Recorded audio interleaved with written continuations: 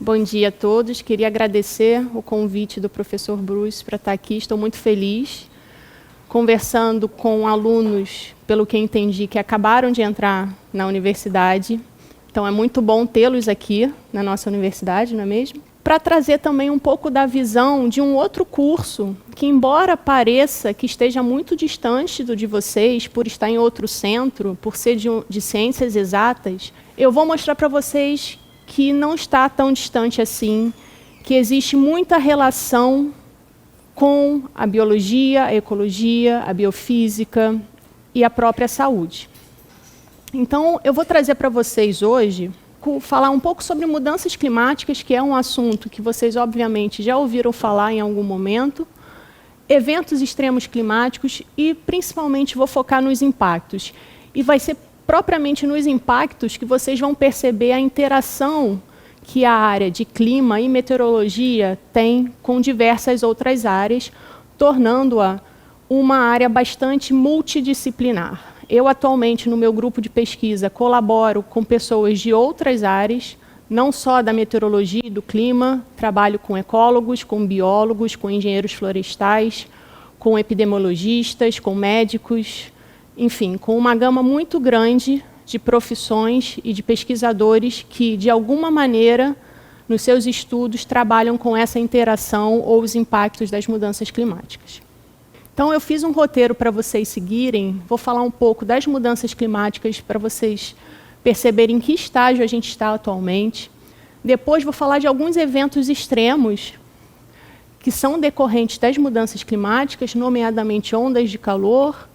Vou falar um pouco de eventos acoplados, vou explicar para vocês o que seria isso, no caso especificamente de secas e ondas de calor, mostrar alguns impactos na saúde, no meio ambiente, particularmente nos incêndios florestais, e o que a gente espera do futuro diante do contexto de um aquecimento global. Essa é a primeira figura que eu gostaria de mostrar para vocês. Ela mostra o mapa global desde 1850, mês a mês, até os anos 2020. Okay? Cores mais azuis indicam uma temperatura mais amena e cores mais vermelhas, obviamente, temperaturas mais elevadas. E o que vocês observam aqui é algo que a gente já tem sentido no nosso cotidiano já há algum tempo. Os anos, principalmente depois da Revolução Industrial, têm sido cada vez mais quentes, com temperaturas cada vez mais elevadas em todo o planeta. Bom, e como é que os cientistas eles têm certeza dessas mudanças climáticas? Qual é o órgão que estuda essas mudanças climáticas num contexto mundial? Não sei se vocês já ouviram falar, existe o painel intergovernamental sobre mudanças climáticas, que é o IPCC, provavelmente vocês já ouviram falar nos telejornais, nas aulas de vocês também. Ele é um órgão científico que fornece avaliações sobre mudanças climáticas. Como é que como é que são feitas essas avaliações? Na verdade, eles reúnem a literatura de todos, ou da maioria dos pesquisadores no contexto global, que trabalham com essa temática de mudanças climáticas. E aí eu queria ressaltar que não é só quem trabalha com clima, né, climatologistas ou meteorologistas. O IPCC é formado por uma gama muito grande de pesquisadores nas mais diversas áreas. Existem professores aqui do CCS que fazem parte do IPCC, professores do meu departamento também, outros departamentos na UFRJ também têm suas contribuições nesse relatório global, que é organizado pela Organização Meteorológica Mundial, que é o órgão que rege todo o monitoramento climático do globo. Então, desde 1990, não sei se vocês lembram, possivelmente vocês nem eram nascidos, houve aqui a Rio 92, foi uma conferência mundial aqui no Rio de Janeiro, em que começava-se a falar sobre mudanças climáticas nessa época. Foi a primeira grande conferência global que a gente começou a falar sobre o assunto, e desde então, regularmente, o IPCC gera relatórios, eles têm vários grupos de trabalho, a parte física, né, que seria mais a parte dos físicos, dos climatologistas, dos meteorologistas, a parte de impactos, adaptação e vulnerabilidade, que aí já entra mais áreas multidisciplinares, a parte de mitigação da emissão de gases e mitigação de mudanças climáticas. Então, toda a informação a respeito de mudanças climáticas vem do IPCC. E o que o IPCC sabe e nos conta a respeito das mudanças climáticas? Bom, a primeira constatação é que o homem tem aquecido o planeta a uma taxa sem precedentes há pelo menos 200 anos. E como é que a gente sabe disso? A partir de 1850, nós temos medições instrumentais, mas antes disso, a gente pode voltar para trás através de proxies climáticos, ou seja, informações que indicam como é que era a temperatura do planeta há muitos anos atrás. Então, aqui está 2020 e os anos desde o ano 1 até 2020. Então, aqui é a temperatura do planeta, tudo de reconstrução hidroclimática, e aqui, os últimos anos, a gente vê que essa taxa de aquecimento realmente tem sido sem precedentes, e nós já estamos a cerca de 1,09 grau acima da média global, isso aqui entre 2011 e 2020. E como é que a gente sabe, há muita discussão, como é que a gente sabe que esse aquecimento que a gente está observando aqui com os nossos dados, que isso é decorrente da ação humana? O que os climatologistas fazem? Nós temos modelos climáticos que eles reproduzem, simulam o comportamento do clima. Tá? E aí, se a gente roda esse modelo apenas com a variabilidade natural do clima, ou seja, sem nenhuma ação antrópica, o que acontece? O modelo ele vem para cá. Ele simula uma taxa de aquecimento quase nula. Quando a gente coloca nessas simulações a ação humana, aí o modelo ele reproduz exatamente o que a gente observa com medições. Isso nos mostra que o aquecimento que nós observamos só pôde ser alcançado devido à interferência humana através do aumento da quantidade de gases do efeito estufa na atmosfera. E o que a gente sabe é que essas taxas de aumento de temperatura, elas ocorrem de forma geral no planeta todo, porém ocorrem em taxas distintas dependendo da localização. E é isso que esse gráfico está mostrando em várias regiões do planeta. Ele está mostrando, a linha preta são as observações de temperatura, aumento de temperatura, o rosa são as simulações do modelo junto com ações antropogênicas, e o azul, as simulações sem as ações antropogênicas, só natural. Então, o que a gente vê é que em todo o planeta existe, nas suas mais diversas áreas, com taxas diferentes, um aquecimento. Okay? E esse aquecimento, como eu falei para vocês, ele é provocado por emissões antrópicas, e essas emissões estão associadas aos gases de efeito estufa. Isso é mascarado pelo resfriamento dos aerossóis. Eu não vou entrar aqui muito em detalhe o que é aerossol. Aerossol são partículas que ficam em suspensão na atmosfera, e como para a formação de nuvens e outras partículas, como poeira, enfim, sujeira, poluição. E esses aerossóis eles contribuem para refletir a radiação do Sol que chegaria à superfície. Então, eles têm um poder de resfriamento. Mas mesmo esse poder de resfriamento dos aerossóis, eles não são capazes de mitigar o efeito do efeito estufa. E é verdade que não só o dióxido de carbono tem aumentado a taxas sem precedentes, que medições de 1850 até 2019. Em 1850, nós tínhamos, em média, 295 partes por milhão do gás carbônico. Vocês veem que 295 partes por milhão é uma quantidade muito pequena, certo? Só que o dióxido de carbono ele tem um poder, e vocês já viram isso no ensino médio, de absorção muito grande. Ele é um gás do efeito estufa, ele absorve muito a radiação, não a radiação do Sol, mas a radiação que a Terra emite. Se não tivéssemos o efeito estufa, vocês sabem que seria impossível a vida na Terra, porque seria muito frio. Graças a esses gases, nós podemos viver no planeta Terra. Porém, nós estamos aumentando muito a quantidade desses gases. E não é só o dióxido de carbono. O metano ele tem um poder muito maior do que o gás carbônico de aumentar o efeito estufa. O óxido nitroso também. E esses aumentos aqui se devem às ações antrópicas, como a industrialização, o uso de combustíveis fósseis, mudanças do uso e cobertura do solo, desmatamento, enfim. E o que a gente já observa de mudança climática a nível global? Então, ela já afeta cada região habitada do globo, com a influência antropogênica contribuindo para muitas mudanças observadas nos extremos de tempo e clima. Então, aqui é uma figura do IPCC, em que ele tenta retratar o mapa global. Tudo que está em vermelho mostra aumento, por exemplo, de extremos de calor. Então, nós observamos já aumento de extremos de calor desde 1950 em todo o planeta.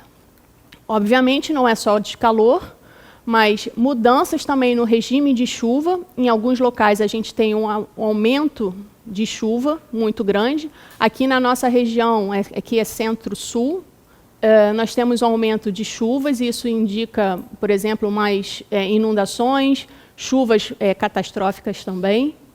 Secas também aumentando. Vocês notem que em alguns lugares aumentam a quantidade de chuvas extremas, mas também aumenta a quantidade de secas. Aqui na nossa região do Nordeste brasileiro é uma região muito crítica, porque nós estamos observando um ressecamento e uma ocorrência de secas cada vez mais constantes e frequentes.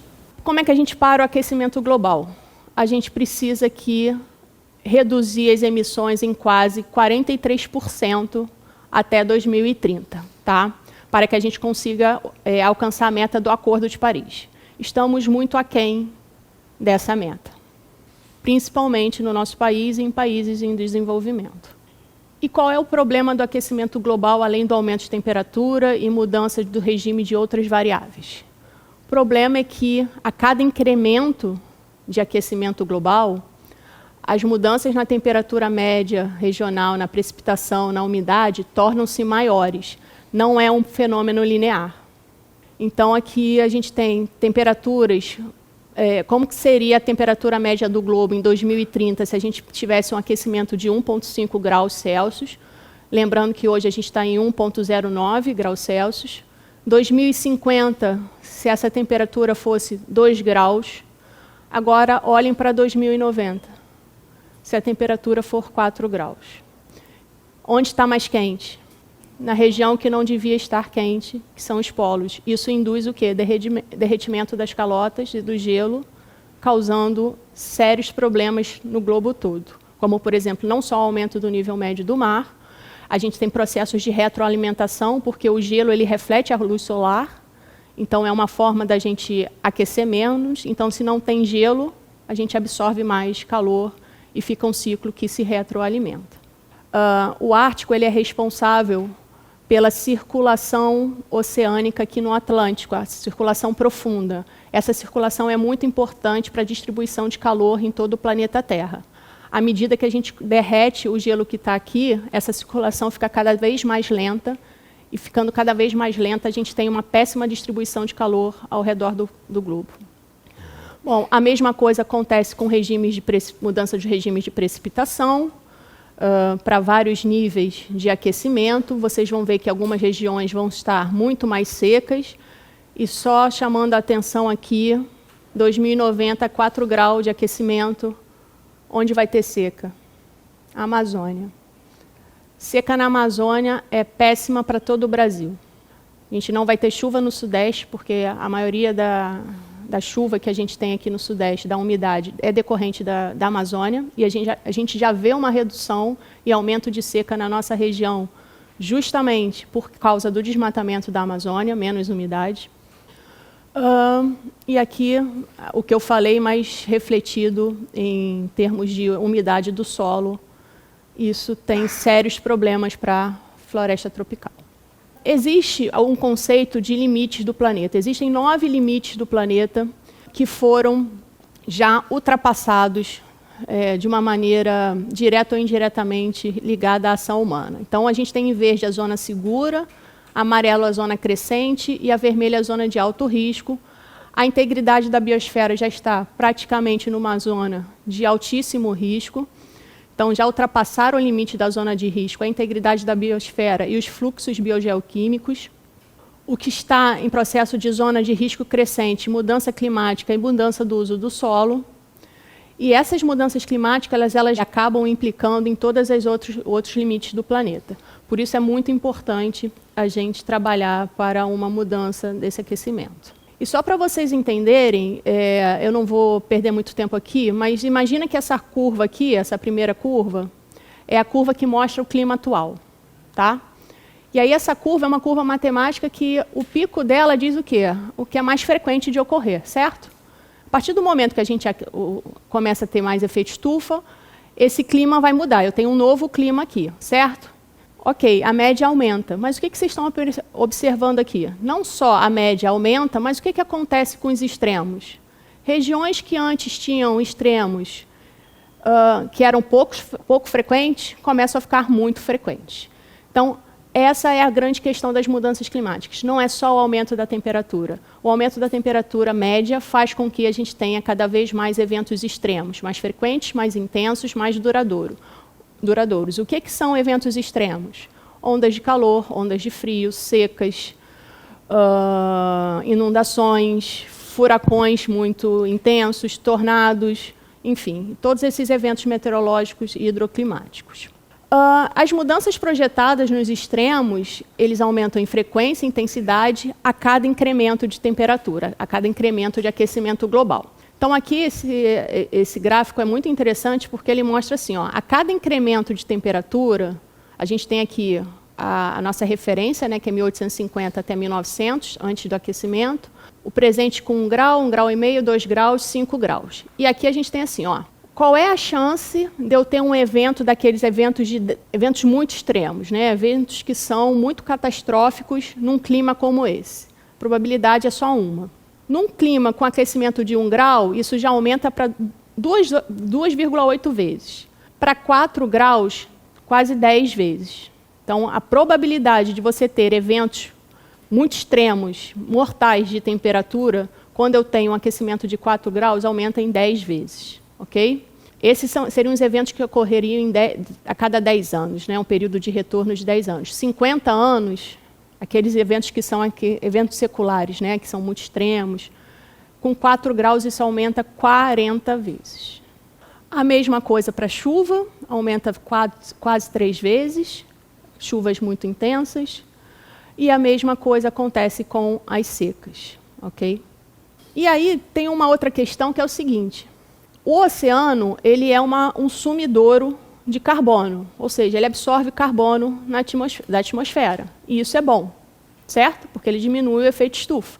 O problema é que a proporção dessa absorção de carbono pelos oceanos, ela é menos eficiente, essa absorção de carbono pelos oceanos é menos eficiente em cenários com muitas emissões, em cenários de muito aquecimento. Então, não só a gente está aquecendo o planeta, mas isso contribui para que o oceano seja menos capaz de absorver e de ajudar esse resfriamento. Tá? Então, só para dizer o seguinte, o sistema climático ele é um sistema que é incorporado, ele funciona da seguinte maneira. Tem várias subesferas dentro desse sistema climático. A atmosfera, a biosfera, a hidrosfera, que é a camada de água, a litosfera, a parte dos continentes, e a criosfera, que é a parte de neve. Então, o sistema climático está interligado em todas essas esferas. Elas se conectam e interagem entre si. Só que cada uma dessas esferas, cada uma dessas componentes do sistema climático, ela responde de uma forma distinta ao aquecimento global. E essa resposta distinta tem a ver com o tempo. Algumas são mais lentas em responder e outras são mais rápidas em responder. Por exemplo, a atmosfera responde muito mais rápido do que os oceanos, por exemplo, que têm uma ordem de séculos para responder ao aquecimento global. Então, isso significa o quê? Em algumas esferas do sistema, nós já estamos observando o aquecimento global, o efeito do aquecimento global. Mas nós ainda não estamos observando isso em outras esferas, como, por exemplo, no oceano, porque o tempo de resposta é muito mais lento. Então, a coisa ainda pode ficar cada vez pior, que eu mostro sobre o nível médio do mar. A gente não está ainda vendo esse resultado do aquecimento global em relação ao nível médio do mar. A gente está aqui em 1950, ó. A partir daqui, a gente começa a ver um aumento muito grande no nível médio do mar, dependendo se a gente está num cenário mais otimista de mudança completamente de combustíveis fósseis ou num cenário mais pessimista. Okay? Aumentos de cerca de 1 metro no nível médio do mar. Bom, agora só um resumo da detecção de mudança climática no Brasil. Nós vemos um aquecimento em todo o Brasil, maiores aumentos dos extremos quentes no verão e na primavera e maior redução dos extremos frios no inverno. Nordeste do Brasil, o clima vai ser mais seco, já está sendo mais seco, com maior aumento de dias consecutivos secos, principalmente na primavera. E no sul do Brasil, a gente vai ter um clima cada vez mais chuvoso. Bom, e aí agora eu vou começar a falar um pouco dos eventos extremos e alguns impactos relacionados a esses eventos. Bom, a primeira coisa é onda de calor. É um evento extremo, mas o que é uma onda de calor?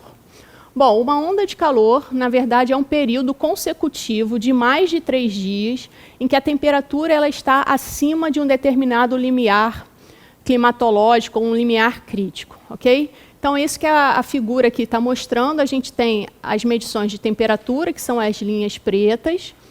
A gente tem o valor climatológico em azul, ou seja, o valor médio dessa variável temperatura ao longo do tempo.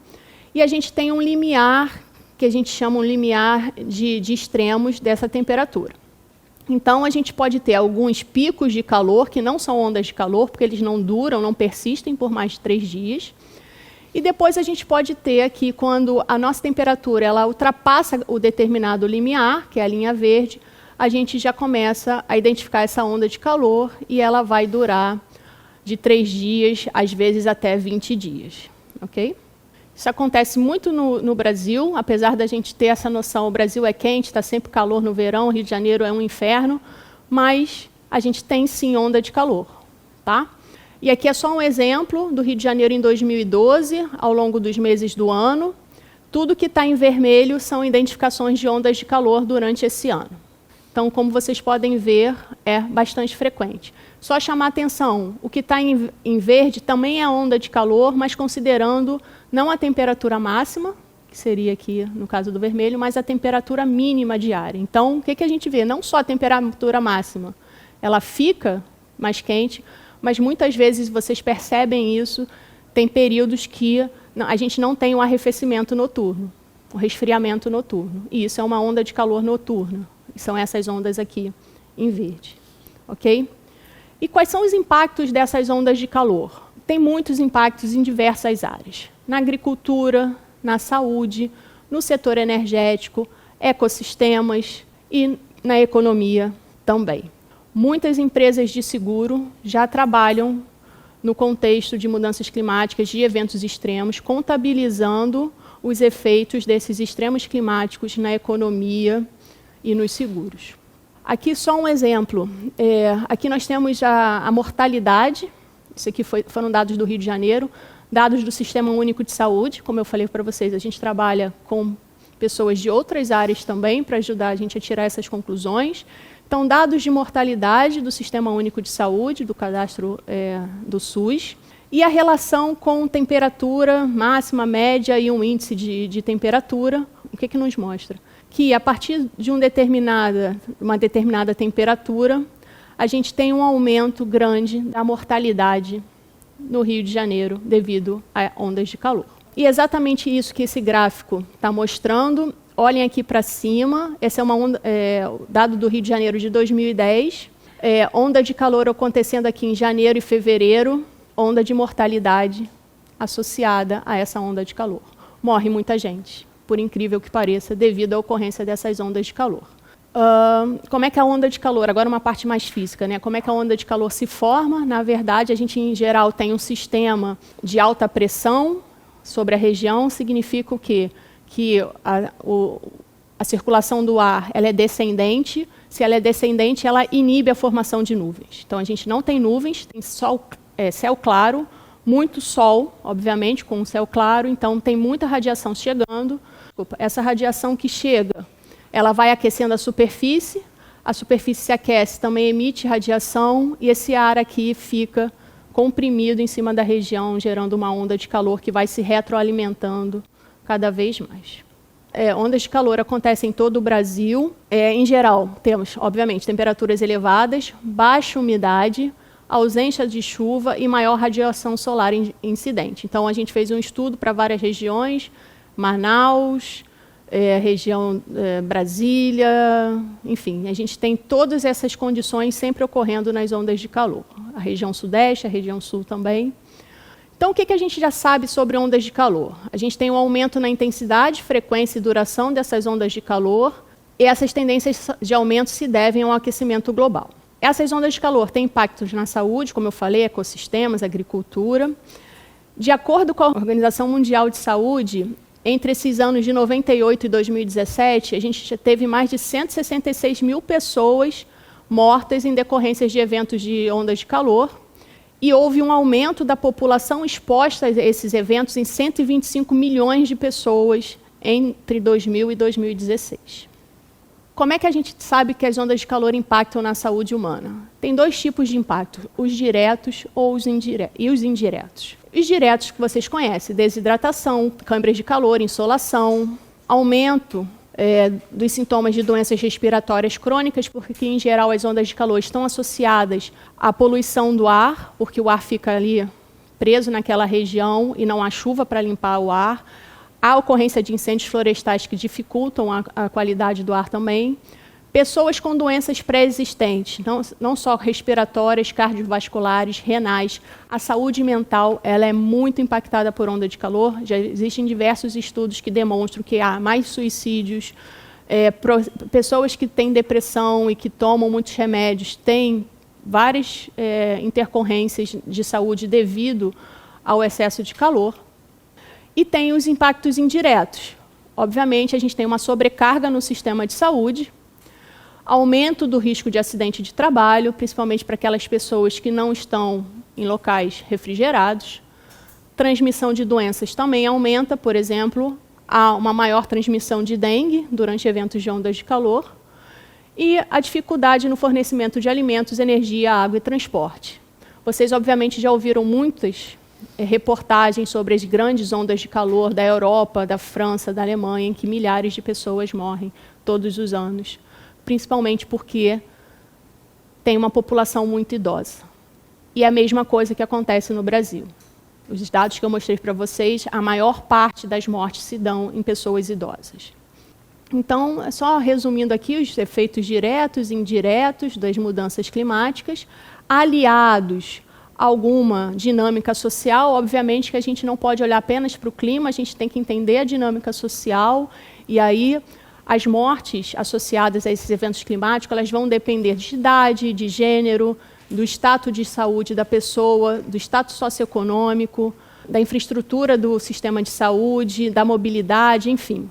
E tudo isso, em conjunto, vai impactar a saúde de cada um dos indivíduos. Então, aqui só alguns exemplos de ondas de calor no Brasil. Nós detectamos o aumento de ondas de calor desde do final do século XIX até o século XXI, em todas essas regiões do Brasil. Sumarizando, aqui vocês têm desde 1970 até 2018 as principais regiões metropolitanas do Brasil e, obviamente, vocês veem que o quê? Aqui está mais branquinho, por quê? Porque as temperaturas são... a gente tem o menor número de ondas de calor nesse período e começa uma intensificação muito grande a partir da década de 90. Okay? Isso não ocorre só no Brasil, aqui é um estudo do número de horas em estresse térmico. O estresse térmico é um índice que indica se a temperatura está dentro do nosso conforto térmico, né, dos seres humanos. Isso aqui foi feito para toda a América do Sul, então a gente tem aqui várias regiões metropolitanas da América do Sul toda, Bogotá, Buenos Aires, Santiago, enfim, outras capitais brasileiras também, e o mesmo padrão se observa. A gente tem aqui uma maior ocorrência de eventos mais quentes para o final do período. Bom, e como eu mostrei para vocês, a gente tem um excesso de mortalidade relacionado a esses eventos de onda de calor. A gente tem isso aqui, são todas as regiões metropolitanas do Brasil. Não vou explicar o gráfico todo, eu só queria que vocês olhassem para os pontos vermelhos. Esses pontos vermelhos estão acima dessa reta pontilhada, que é quando a gente tem excesso de mortalidade devido a algum evento. Então, todos esses pontos vermelhos indicam que em todas as regiões metropolitanas, no período de 1980 até 2020, houve excesso de mortalidade devido a ondas de calor. E isso vai depender muito do sexo, da idade das pessoas. A maior parte das mortes em todas as regiões metropolitanas são de pessoas acima de 60 anos. Okay? Há uma certa tendência das mulheres serem mais suscetíveis à ocorrência de ondas de calor do que os homens, que é o que está em vermelho, né? Tem mais morte de mulheres do que de homens, principalmente as idosas também. Mas também, como eu falei, há a questão do fator socioeconômico. Então, o nível de escolaridade e a raça da pessoa no Brasil, infelizmente, também é um fator preponderante para a maior vulnerabilidade de alguns grupos. Okay? E é isso que a gente vê. Pessoas com baixa escolaridade têm o maior risco de morrer devido a ondas de calor, e isso tem implicações não só na questão fisiológica, mas muito na como aquela pessoa vive, obviamente, ao longo da sua vida, e também a diferença entre as raças. A gente consegue observar uma grande diferença e maior vulnerabilidade dos grupos de pardos e negros. Obviamente, a mortalidade também tem uma ligação com o tipo de doença pré-existente da pessoa. A maior causa das mortes por ondas de calor estão associadas, que é o que está mais em azul e em escuro aqui, com doenças do aparelho circulatório, câncer, doenças respiratórias, do sistema nervoso. Mas a gente tem, por exemplo, questão do aparelho digestivo, mental, enfim. Existem vários fatores de comorbidade que podem contribuir para a morte durante eventos de ondas de calor.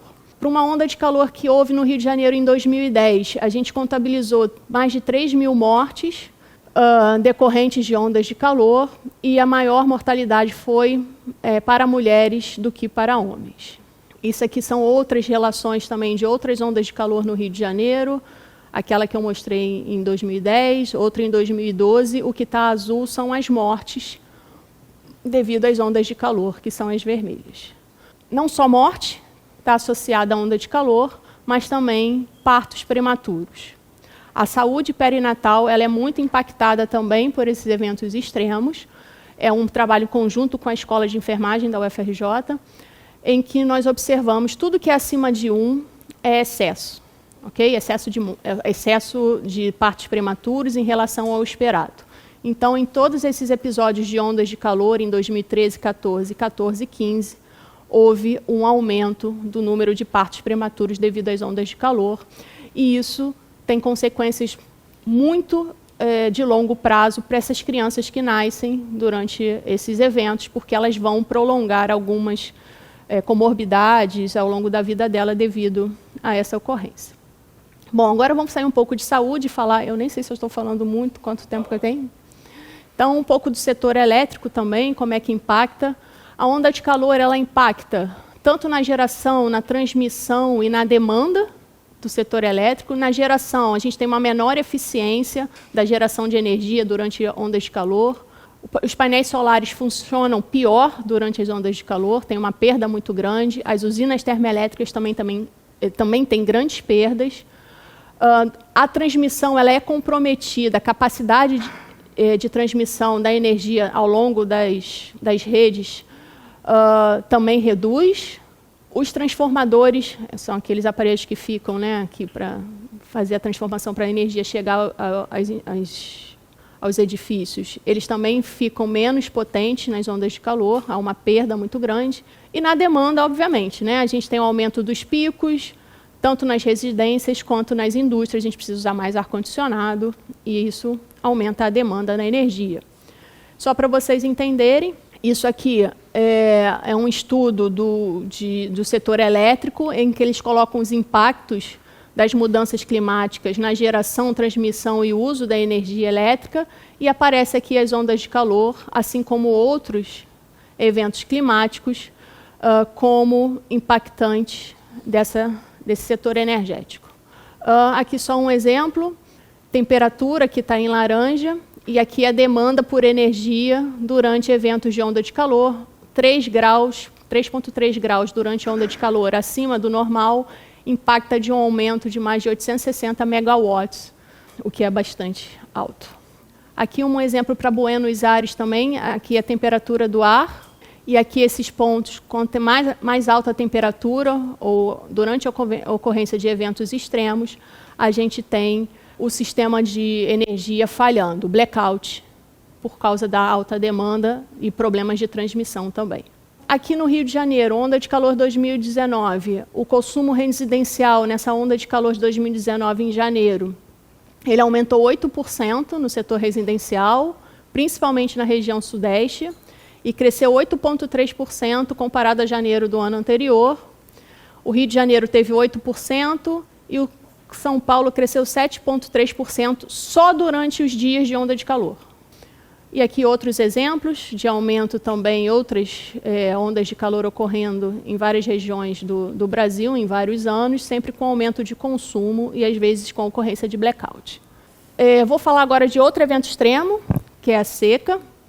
Não sei se vocês se lembram, mas em 2021, essa região aqui passou por uma seca super severa, talvez a maior dos últimos 70 anos.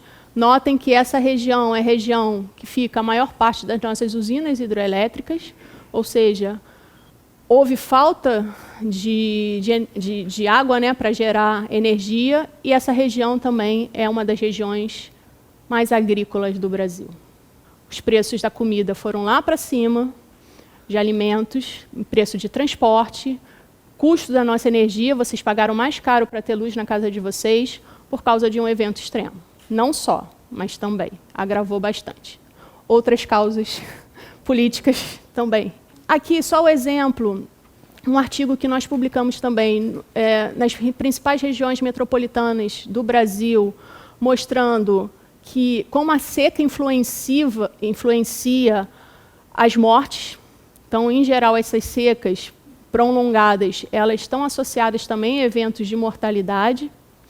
Muitas vezes esses eventos ocorrem em conjunto com ondas de calor, que é o que eu vou mostrar mais a seguir. Essas secas aumentam a ocorrência de incêndios florestais, obviamente a vegetação fica mais suscetível à ocorrência de incêndios, e a gente mostrou que há um aumento de 27% nas internações por doenças do aparelho respiratório em anos de seca extrema na Amazônia. Então, sempre que há uma seca, aumenta incêndio, isso piora a qualidade do ar e aumenta o número de internações. Obviamente que também temos impactos no próprio ecossistema. As secas recorrentes que têm acontecido na região amazônica, elas têm feito com que a Amazônia perca a sua capacidade de reprodução, as árvores da Amazônia, elas perdem a sua resiliência, e então, o que acontece? Elas perdem a capacidade de o quê? De absorver carbono. Então, é um efeito que a gente chama de efeito cascata. À medida que essas secas vão acontecendo, elas vão contribuindo cada vez mais para a perda de resiliência da floresta. Por isso, se fala muito que esses eventos extremos de muita seca podem, em algum momento, fazer com que a Amazônia ultrapasse aquele tipping point, né, um ponto de inflexão, fazendo com que haja uma savanização da Amazônia. Hoje em dia, se fala muito, não de um evento isolado, como eu mostrei para vocês, ondas de calor e seus impactos, seca e seus impactos. Hoje em dia, a gente já tem um entendimento de que nunca esses eventos extremos climáticos ocorrem sozinhos. Existe uma cadeia de acontecimentos, tanto de eventos climáticos, de vulnerabilidade, que ocorrem em conjunto e aumentam os impactos. E é o que a gente chama de eventos acoplados, que são os compound events. Que imagina que eu estou estudando fogo, ocorrência de fogo por descargas atmosféricas, por raios. Isso é uma análise meramente singular de um único evento. quando eu estou olhando para esse evento com o olhar de compound, eventos compostos, o que o cientista vai pensar aqui? Ele vai pensar não só no raio, que foi a causa desse incêndio, mas no vento forte que ajudou a espalhar esse vento, na seca que propiciou a vegetação ficar mais seca e propensa a ocorrer esse incêndio, na onda de calor também. Então, são vários eventos acoplados que impactam, e os impactos são sempre maiores do que um evento isolado. A mesma coisa com cheias. Quando eu vou analisar o impacto, que é a cheia, né, que são as inundações, eu vou pensar só na chuva? Não, não foi só a chuva que fez uma inundação. Foi a chuva, foi o nível dos oceanos, foi a forma com que o solo era tratado. Então, existe uma série de outros fatores que, conjunto, colaboram para maiores impactos. E, infelizmente, no Brasil, esse assunto ainda é uma lacuna de conhecimento da América do Sul como um todo. Um estudo recente de revisão, nós mostramos que, atualmente, existem, nada mais que nada menos, apenas 5 artigos que tratam de eventos compostos no Brasil. Ou seja, todos os impactos que a gente tem estudado, eles são subnotificados, porque eles não levam em consideração os efeitos de outros eventos que estão acontecendo simultaneamente. Esse tipo de estudo já é feito na Europa, nos Estados Unidos, ao redor do mundo, há muitos anos, dando a possibilidade de mitigar próximos eventos, porque a gente consegue conhecer melhor quais são os componentes que induzem esses extremos, e aqui no Brasil a gente ainda precisa aprofundar mais. Só um exemplo, aqui a gente percebe que as secas e as ondas de calor, elas têm cada vez mais se tornado eventos que ocorrem simultaneamente, por um processo de retroalimentação também. A gente tem mais calor, aumenta a evaporação, o solo fica mais seco, induz a seca. Enfim, é um processo que retroalimenta positivamente. Estudos globais mostram que na Europa e nas Américas, né, tanto do Norte e do Sul, mais de 2/3 dessas áreas da América e da Europa estão em regime de aumento de ondas de calor conjugada a episódios de seca. Ou seja, não tem só ocorrido agora ondas de calor isoladamente ou secas isoladamente. Por causa do aquecimento global, é cada vez mais frequente esses dois eventos ocorrerem juntos. E aí o que acontece? Os impactos são maiores e mais devastadores. Aqui no Brasil, isso não é diferente. Região Sudeste, que vocês conhecem bem. Olhem para esse gráfico aqui, desde 1980 até 2020. Ele está mostrando o quê? A co-ocorrência, a ocorrência simultânea de secas e ondas de calor na região Sudeste. O que vocês notam aqui? A partir de 2010, começa a ter muito evento de onda de calor e seca junto na região Sudeste. E vocês lembram muito bem que vários episódios, como o de 2014, que a gente falou-se muito da pior seca da região Sudeste, que teve até apagão, a gente passou por uma crise hídrica muito grande. Na época, nem se cogitava pensar em onda de calor. E hoje em dia, a gente já sabe que aquele evento de 2014, por exemplo, 2013 e 2014, ele estava associado não só à seca, mas à onda de calor, o que piorou os impactos. E a verdade é que essa nossa região aqui, onde a gente vive, ela está num processo de ressecamento muito grande. Isso aqui são dados de umidade do solo, desde 1950 até 2020, e vocês veem que desde 1990, toda essa região aqui está ficando cada vez mais seca. Mais seca, mais quente também, que é o que mostra aqui esses pontos em vermelho. E por que isso está acontecendo? Bom, por vários fatores, mas um desses fatores é que toda a umidade que vem, ou boa parte da umidade que vem para essa região, ela é decorrente de onde? Da Amazônia. E essa região aqui da Amazônia está completamente desmatada, fazendo com que o ciclo hidrológico dessa região esteja completamente alterado, induzindo menos transporte de umidade para a nossa região. E aí agora eu vou falar um pouco de fogo, porque eu trabalho com fogo, trabalho com as outras coisas também que eu mostrei para vocês, mas o fogo ele está muito ligado ao clima. Então, quando a gente pensa em incêndios florestais, ele depende do clima, ele depende do tipo de vegetação e da quantidade de vegetação disponível, e ele depende também do tipo de ignição e das ignições. Se eu não tiver nenhum desses componentes, eu não vou ter incêndio, ok? Se eu não tiver ignição, eu posso ter o clima pior de todos e muita vegetação para queimar, que não vai ter fogo. Então, eu preciso que eles ocorram em simultâneo. E o que a gente está vendo aqui? A gente está vendo que, desde a década de 80, ou seja, das últimas 4 décadas, né, até agora, a gente tem um aumento dos dias em que o risco meteorológico de fogo é muito grande. O que significa isso? Há uma tendência de aumento das condições meteorológicas que favorecem a ocorrência de grandes incêndios. Por isso que a gente tem visto grandes catástrofes de incêndios ocorrendo ao redor do mundo, principalmente por causa desse aumento de temperatura que induz a maior probabilidade de ocorrência de incêndios. O fogo ele vai estar ligado a todas aquelas componentes do sistema climático que eu falei para vocês anteriormente, a atmosfera, a biosfera, a hidrosfera, a criosfera e a litosfera. A gente ainda coloca aqui a antroposfera, né, que é a esfera do ser humano. Então, o fogo ele tem impacto direto e indireto em todas essas componentes e também é impactado, de alguma forma, no processo de retroalimentação por elas.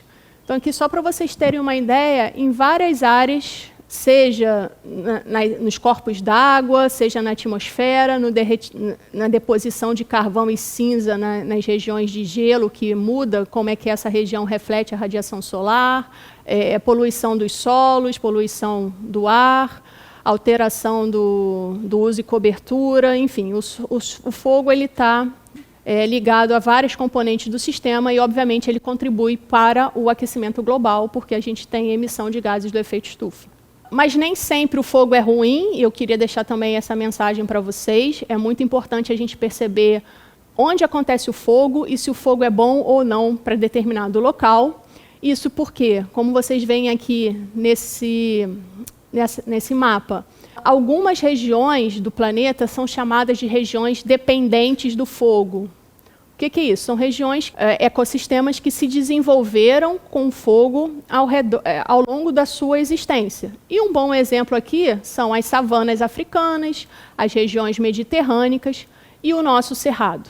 40% da superfície terrestre do globo depende do fogo. O fogo não é ruim para essas regiões. Abre parênteses, não é ruim dentro do seu regime natural de fogo. A partir do momento que o homem altera esse regime, nós temos impactos negativos. Então, para chamar a atenção que o cerrado ele precisa do fogo, ele precisa queimar, e políticas de fogo zero no cerrado aqui no Brasil levaram a incêndios catastróficos nessa região. Por outro lado, vocês estão vendo algumas regiões verdes aqui, que são as regiões que nós chamamos de sensíveis ao fogo. São regiões em que o fogo não faz parte daquele ecossistema e ele é um agente com impacto negativo. São justamente as florestas tropicais do planeta e a Amazônia. O fogo não pode ocorrer na Amazônia. Na Amazônia temos que ter fogo zero. E também tem os outros biomas que são independentes do fogo. Obviamente não vai ter fogo. Deserto não vai ter fogo, né? As tundras também quase nunca queimam. E aqui só para mostrar para vocês que o clima, né, ele vai ajudar a ocorrência do fogo, a ter vegetação. E para o fogo começar, para eu ter uma ignição, eu preciso ter a ocorrência de algum evento. Não existe combustão natural, tá? Eu não tenho um incêndio começando porque teve um caco de vidro ali, muito difícil. Isso não vai acontecer. Porque está muito calor, vai entrar em combustão espontânea. Isso não existe, tá? Ou vai ser por causa humana, desmatamento, turismo. Quando eu falo causa humana, pode ser intencional ou não, pode ser até mesmo acidental, e ele pode acontecer também por causas naturais. Os incêndios no Brasil, como vocês veem na Amazônia, no Pantanal, eles são origem natural, como algumas pessoas dizem? Obviamente não. Tá? A maior parte dos incêndios são criminosos. As causas naturais podem ser vulcões, que a gente já corta aqui, né, porque no Brasil não tem vulcão, ou os raios, as descargas atmosféricas. Em alguns locais do planeta, como essas partes que estão em vermelhas aqui, o regime natural de fogo ele é decorrente das ignições por raios, por descargas atmosféricas. Nas outras regiões que estão mais em verde, amarelo e azul, nós temos a ocorrência de incêndios antropogênicos em sua maioria. E no Brasil especificamente, né? O Brasil é um dos países que mais ocorre raios, descargas atmosféricas, tá? Então, a gente tem, por ano, 75 milhões de descargas atmosféricas, que é uma das maiores taxas mundiais, porque a gente vive numa região tropical. Nós temos muito fogo no Brasil também, por ano, cerca de 13 milhões de hectares são queimados por ano no Brasil, também é uma das regiões que mais queima no globo. Porém, a gente até pouco tempo não sabia qual era essa relação, qual é a proporção de incêndios que a gente observa no Brasil que são de origem natural, né? Para responder algumas perguntas que às vezes algumas pessoas falam, né, que o que está acontecendo lá no Pantanal é raio, né? Não é o homem que está lá fazendo ou na Amazônia. Bom, e aí a gente foi fazer um estudo usando dados de satélite desde 2012 até 2017 e a gente chegou ao número que 95% dos incêndios no Pantanal durante esse período foram ocasionados por ação humana, ok? 5% apenas por raios. Bom, agora falar um pouco de clima e fogo em alguns biomas. A Amazônia ela tem observado um aumento na ocorrência de secas muito severas. Em 2005, nós tivemos uma seca muito severa na Amazônia, que na altura ela foi chamada da seca do século. Nunca se tinha observado uma seca tão extrema assim. Em 98 tinha tido uma seca, mas não foi assim tão grande, ou seja, era um evento muito diferente do que a Amazônia conhecia. 5 anos depois, em 2010, uma nova seca ocorreu, muito maior e muito mais intensa, bateu a seca de 2005, seca do século. E aí o que aconteceu 5 anos depois? Ganha até gol no Fantástico, né? 3 secas de 5 em 5 anos. Olha só, a maior seca em termos espaciais de intensidade na Amazônia. 2005, muito fogo na Amazônia. 2010, muito fogo na Amazônia, mais do que em 2005. O que aconteceu em 2015?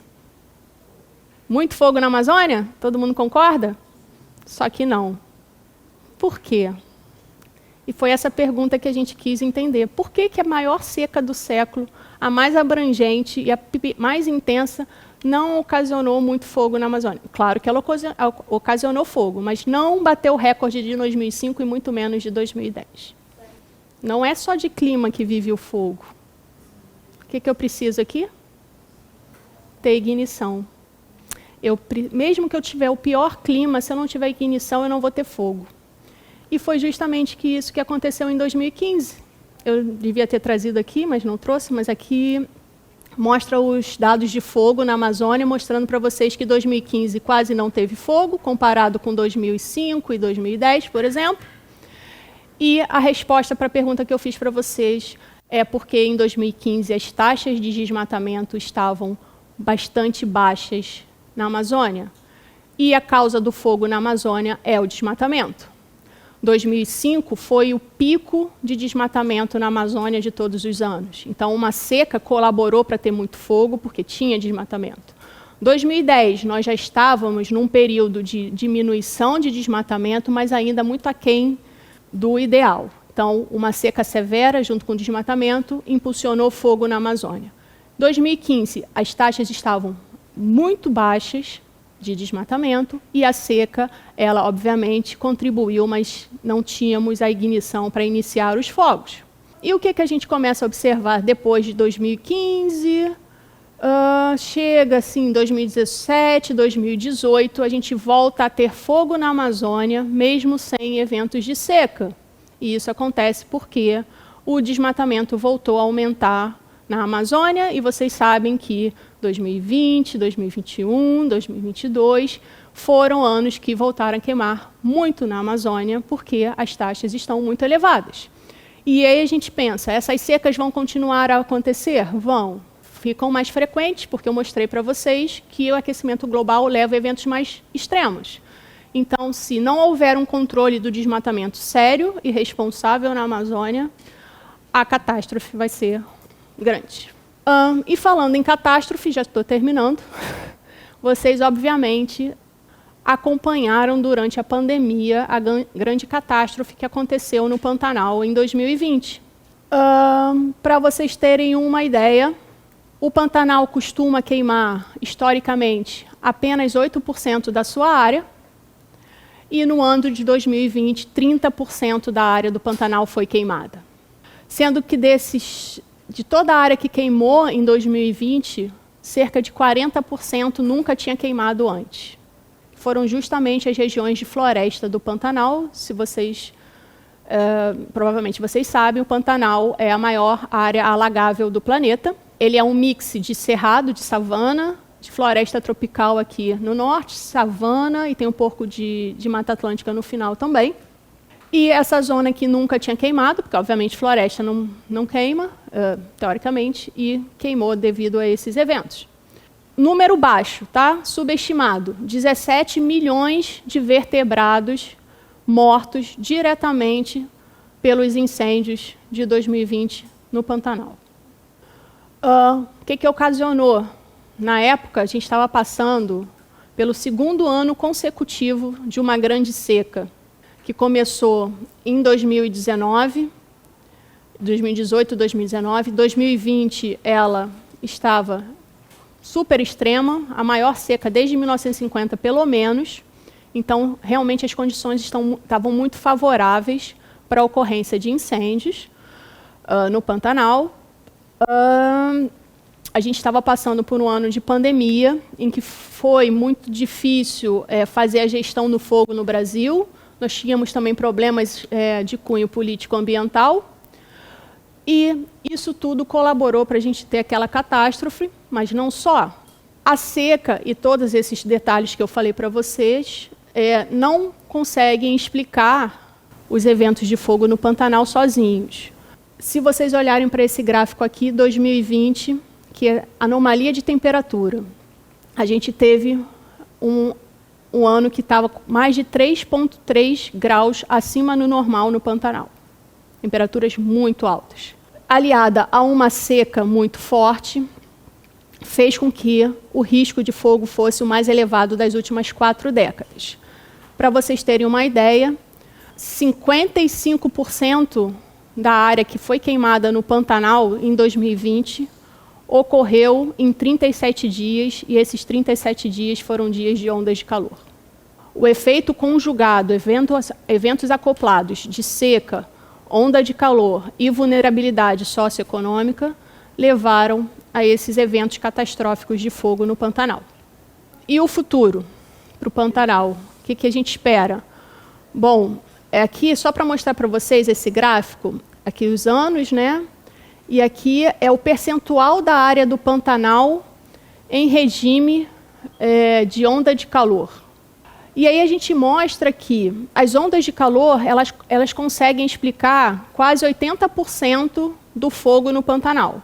E aí a gente fez uma simulação de o que vai acontecer com as ondas de calor até 2100. Então, no pior dos casos, a gente vai ter um aumento de 182% de ocorrência desses eventos. E se a onda de calor, nesse período, está associada com queimadas, com incêndios, provavelmente aqui a gente vai ter cada vez mais incêndios. Sendo que é bom lembrar que isso é uma suposição condicional, desde que haja ignição. Bom, no Cerrado também, só para não falar que eu não falei no Cerrado, o regime de fogo no Cerrado está intimamente também ligado à ocorrência de secas e anos mais quentes. Então, o que vocês devem estar vendo aqui, mais vermelhinhos, 2007, 2010, 2012, foram anos de grandes secas nessa região. E aí a gente tem uma ocorrência muito grande de fogo também no Cerrado. E agora o futuro, assim, não querendo ser pessimista, mas as coisas não estão boas para o nosso lado, não, gente.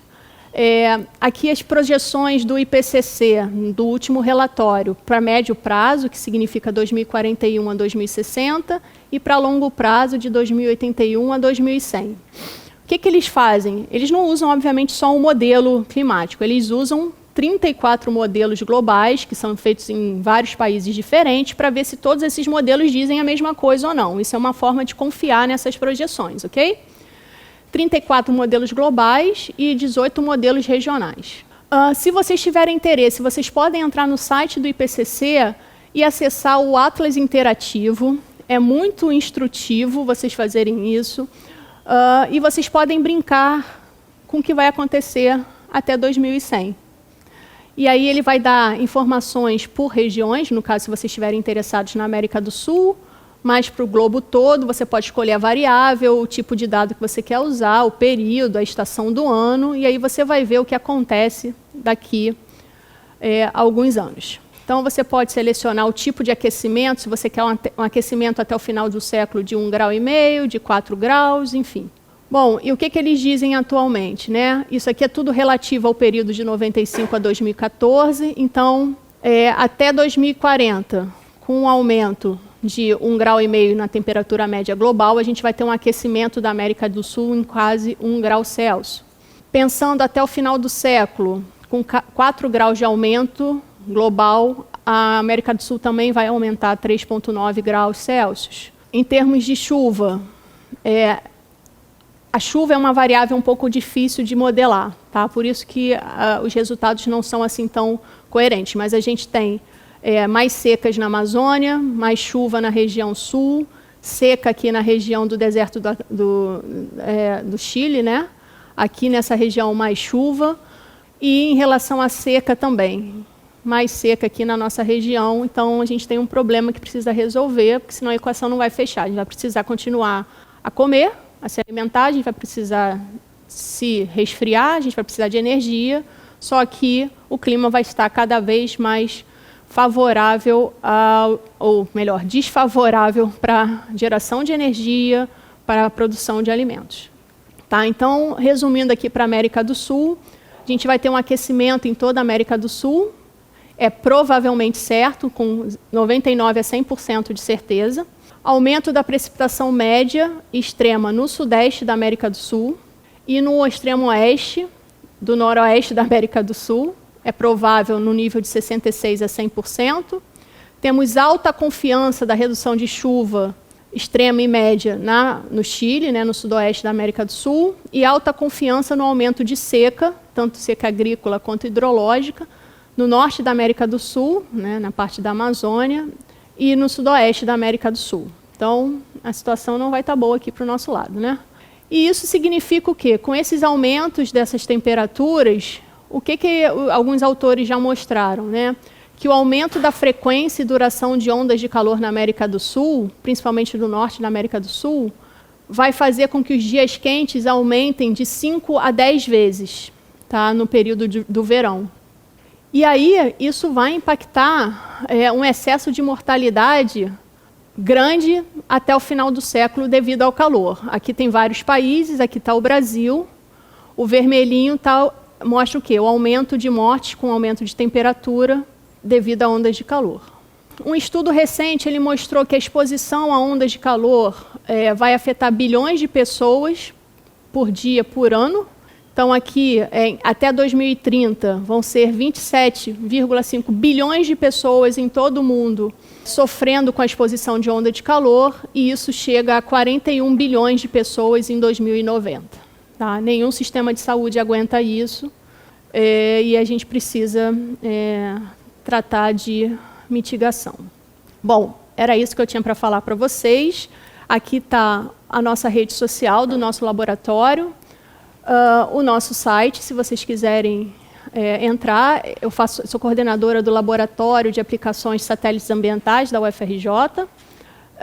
Nós ficamos no CCMN, no Centro de Ciências Matemáticas na Natureza, do Instituto de Geociências, no Departamento de Meteorologia.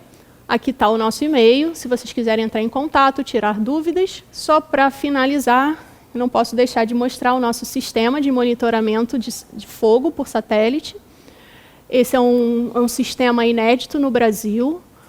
Ele faz um monitoramento em tempo quase real da ocorrência dos incêndios no Brasil todo. E ele tem sido utilizado pelos órgãos de prevenção e combate a incêndios florestais em todo o Brasil para ajudar no combate e prevenção desses eventos. Então, também convido vocês a olhar o Alarmes, entrar e usar os nossos dados, ver a situação atual de cada bioma, de cada município, unidade de conservação e assim por diante. Era isso, gente. Obrigada.